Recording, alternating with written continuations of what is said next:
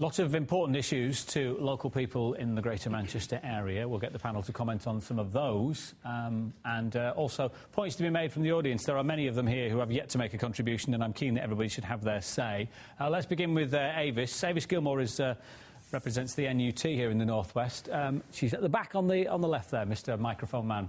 Avis, what would you like to say to the panel? Well, I'm just interested in their views about all three parties are actually pursuing the Academies programme or some programme of privately sponsored schools. They've got no proven educational value over and above local authority schools. They're getting very mixed results.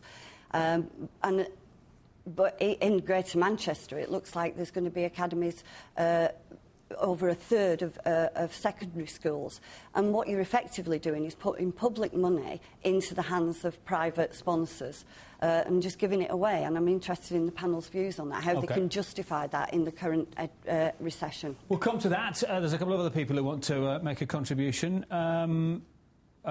David Birkin is with us. He's a pub owner and has some thoughts on the alcohol trade. David. Yes, two really. One for grain. Obviously, the Labour Party put VAT down to 15%, which is very kind of them. They increased alcohol the same day by 2.5%. It goes up on January the 1st, another 2.5%. So basically, we've had a 5% increase in alcohol. Now our friends from the Conservatives want to increase it again. And this thing about drink problems, 99% of the licensees in Britain are very hard-working, very conscientious people. The problem is people actually buying alcohol at ridiculous low prices from supermarkets. Are either party going to do anything about this really cheap alcohol? OK, let's address those very quickly, because, again, I want to get as many of the panel's issues in as I can. Alcohol and the pricing thereof, Susan, and it's been addressed by the Shadow Home Secretary as well this week. Yeah, I mean, you're right in the sense that pubs don't actually sell cheap alcohol in the main unless they do promotions like happy hours. So the price of alcohol in pubs is generally quite expensive.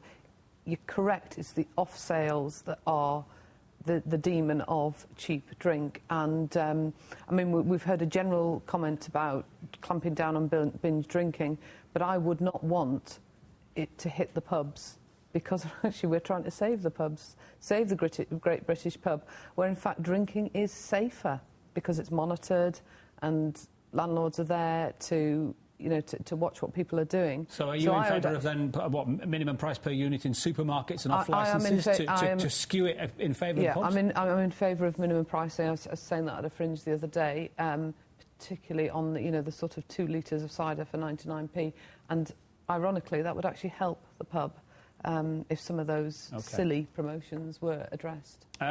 Graham, how do you address the comments by David as a pub landlord? I think the world's gone mad when sort of politicians say that want the workers to pay more for the beer, quite frankly. It's not the way I've ever thought you'd win votes. I basically don't think we should be interfering. A lot of the problems of violence and disorder caused by the odd licensee. I agree with you, most licensees are decent. Selling alcohol to people who are already well intoxicated. And the rules that local authorities and the police have now to intervene when licensed premises are going beyond the rules are quite stiff. And I just think those rules should be enforced. I mean, the final point, how many landlords have been prosecuted for selling beer to very drunken people? It's about 5 a year. So there's a lot more that can be done. But I don't. Just one final point. On the cider point, the taxation on cider should be the same as beer, which would really deal with the problems, rather than government telling you what price alcohol should be. OK, who hasn't addressed us yet? Sonia is here. Now, Sonia is a mother of 2 from Oldham. Sonia, your comments to the panel, what would you like them to address for you as we approach the next election?